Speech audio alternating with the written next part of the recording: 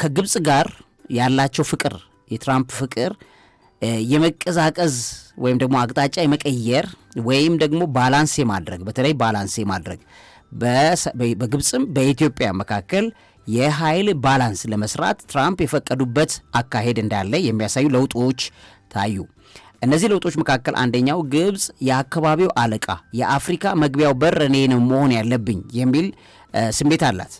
ያ ስሜት ደግሞ ሰብሳሃራን በሆኑ አፍሪካ ሀገራት መካከል በከፍተኛ ደረጃ በጥርጣሬ የሚታይ እንደሆነ ይታወቃል። ምክንያቱም ከሰሃራ በታች ያሉ የአፍሪካ ሀገሮች የጥቁር ማህበረሰብ አለቃ ወይም እንደ መሪ የምናያት ኢትዮጵያን ነው። በቅኝ ግዛት ዘመን በቅኝ ያልተገዛች ብቸኛዋ የጥቁር ሀገር ኢትዮጵያ ናት።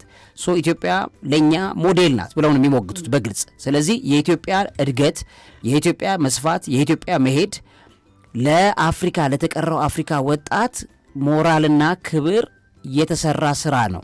ይሄንን በፍጹም አናናልቆም። አሁን አፍሪካ ጋዜጠኞች መጥተው ኢትዮጵያ ላይ ካዩ በኋላ የሚዘግቡትን ዘገባ ስታይ የምታየው በጠቅላላ ፓን አፍሪካኒዝም እኛ ጋር ብቻ አይደለም ስሜቱ ያለው በጠቅላላ አሁን ባለው ሚዲያውን በተቆጣጠረው ብዙ ኢንፍሉዌንስ እየፈጠረው ባለው የአፍሪካ ወጣት በጠቅላላ ፓን አፍሪካኒስት ሙቭመንት አፍሪካን ወደ አንድ የማምጣት ንቅናቄ ትልቁን ተጽዕኖ ፈጥሮ እንደነበረ ይታወቃል።